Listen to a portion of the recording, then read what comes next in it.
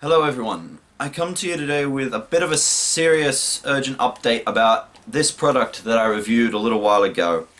It's a cheap wireless PS2 controller that I got off eBay. And I said this product was really good. And I still stand by that, but there are a couple of issues that weren't talked about in that video that have developed over the course of a couple months of using this controller as a daily driver.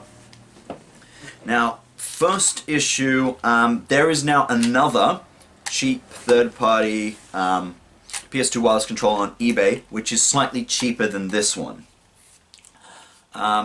These can be identified by the fact that the power switch is on the bottom, just between the two analog sticks, so that's where it would be. And the power and the power and wireless lights are on the top. So if you see one of those, this is not the product I reviewed. I do want to review it in the near future. If there are enough people interested, I will. But just know that I don't know about that. Someone was complaining in the comments that they had problems with dead zones with that controller. I can't say, but yeah. But moving on to dead zones, this controller, first problem, battery cover is completely gone. It does not, at least on my unit, it never wanted to stay in correctly, no matter how much sort of like modification I could make to give it more grip. It's just, yeah. So pretty much assume you're going to lose that unless you tape it on. Secondly, I've been using this controller for a while now as my daily driver, and it's been working fantastically. A game I played a lot with it. Actually, I think I re-completed a New Game Plus run of Ratchet and Clank that I have here. What other games have I been playing with it? I've been playing a bit of Serious Sam, The Next Encounter, Project Snowblind. Played a little Call of Duty Funnest now, but that was a while ago. Quite a few racing games, and a bit of Airblade. Played a while ago. But yeah, I haven't been noticing any real problems with this controller. At least not for the games I've been playing for the longer sessions, which would have been Ratchet and Clank and a couple PS1 games and more open world stuff, or stuff that uses the D-pad.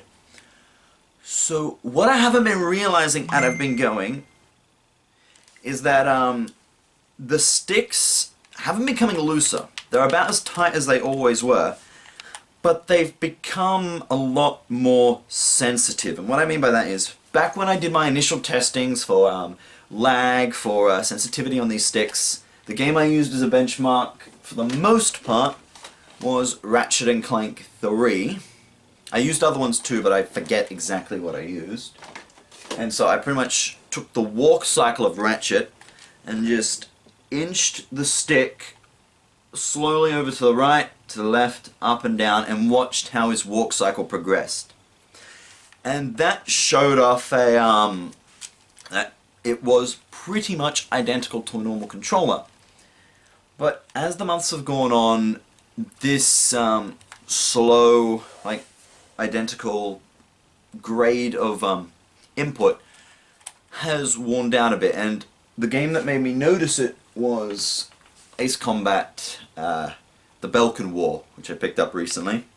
And I tried playing that, and whenever I wanted to bank the plane, I'd like take it over just a little bit and it would snap all the way to the right. And if then I plugged in a normal controller at some point, I can't quite remember why. Yeah, it suddenly worked normally, and I'm like, oh dear. This controller has died and I'm going to have to make another thing. Well, it's not dead. As I said, it still works fine for Ratchet and Clank, because Ratchet and Clank, you're either all the way or you're not. And a lot of like open world games, this is the case. But the problem is with like flying games, where you need to use the left stick to control the plane, and of course shooting games and racing games. There are a lot of shooting games. As I said, I was playing a couple racing games. I was playing just the other day. I was playing a game I've always wanted to play, Jet Ion GP, and that was damn near unplayable because of the steering. I played some Wipeout a little while ago, and that was a similar issue. And of course, I've been, as I said, I was playing Serious Sam and Snowblind. And while they weren't unplayable, I was having a bit more trouble with them than I thought I should. I really had to tweak the sensitivity quite a bit. And so let's talk about what has actually happened in these controllers. So when I take the left stick to the right, then as soon as it gets out of the standard PS2 dead zone, it just goes full bore to the right. Left has a couple more degrees of movement. You can push it a little bit and do a little bit, and then it'll go all the way. The right stick I haven't tested as thoroughly, but I assume a similar story. So we're going to quickly test this now. I'm going to do a bit of guerrilla videography so I can get this done quick. Just point the camera at the screen and show you guys a bit of what's happening. Okay, so here we are on a random mission on Combat Ace Belkin War.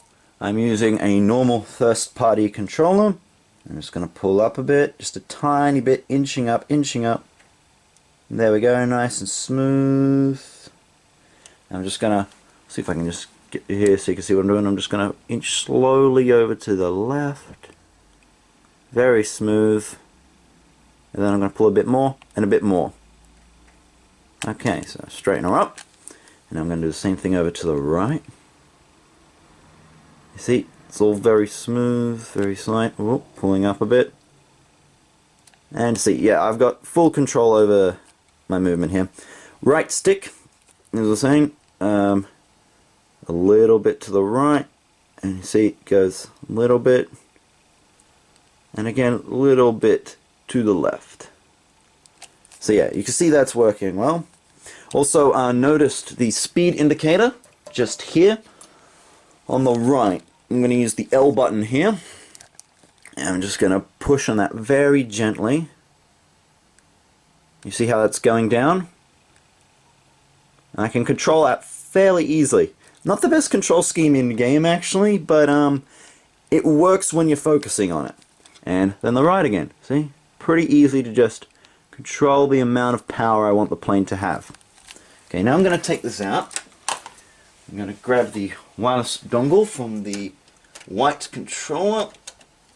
Shove that in there.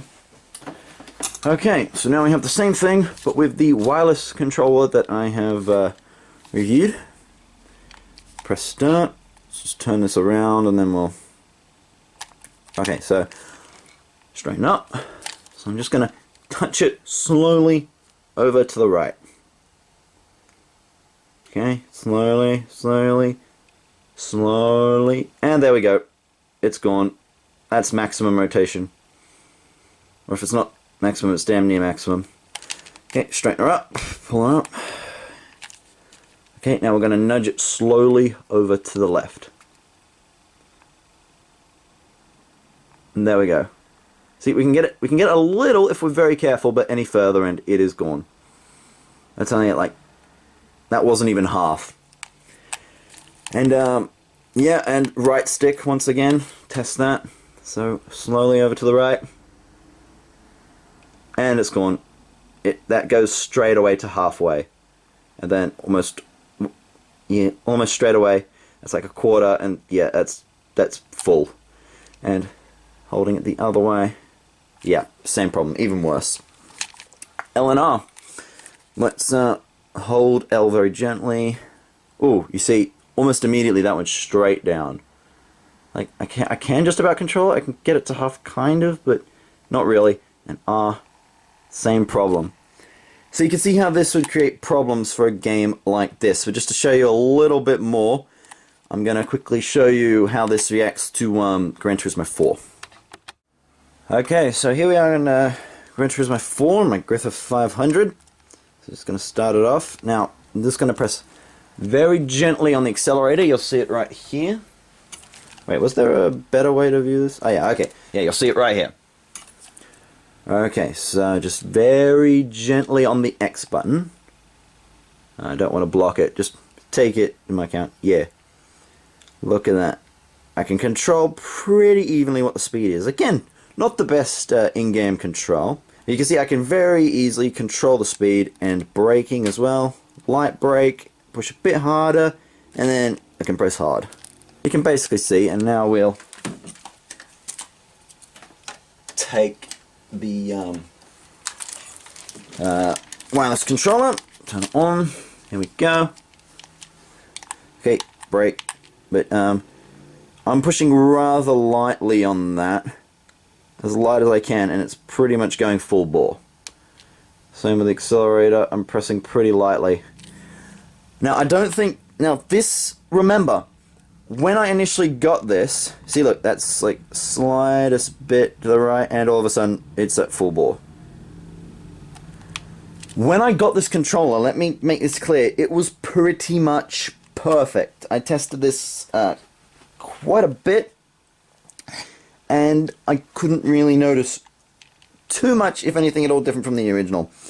I think this is just the use of poor quality potentiometers in the third-party joysticks, and I think the rubber and the contact board in the controller has just worn out a bit. Maybe it needs cleaning, maybe it needs replacing, I don't know. But I mean, see, look, again, I'm just giving it slightest pressure, and there it goes.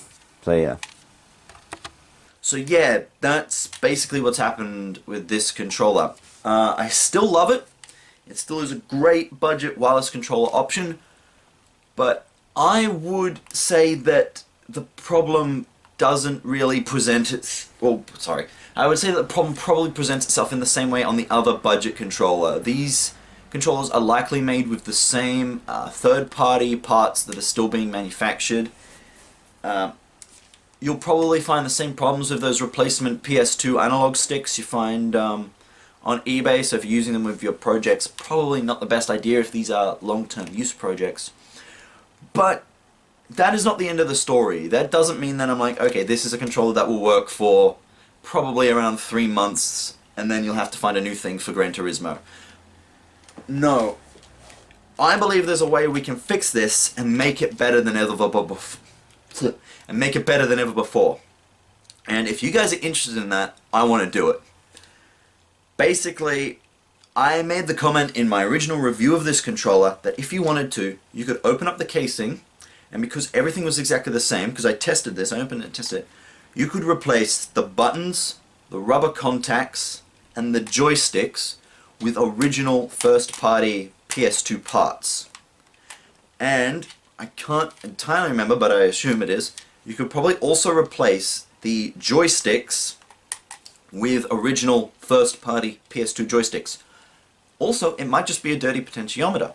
I'm not sure. But what I'd love to do is take this down to the makerspace at my uni and film a whole video retrofitting one of these cheap wireless controllers, which is a process that should be possible with almost all PS2 third-party controllers, which have similar problems.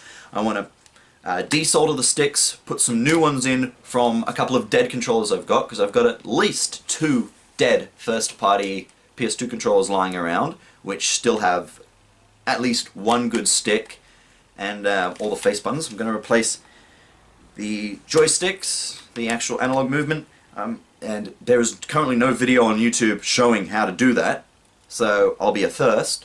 I'm going to replace all of the buttons with original ones just for aesthetics. I'm going to replace L and R, and I'm also going to replace the rubber contacts underneath to see if we can get a one-to-one working wireless controller.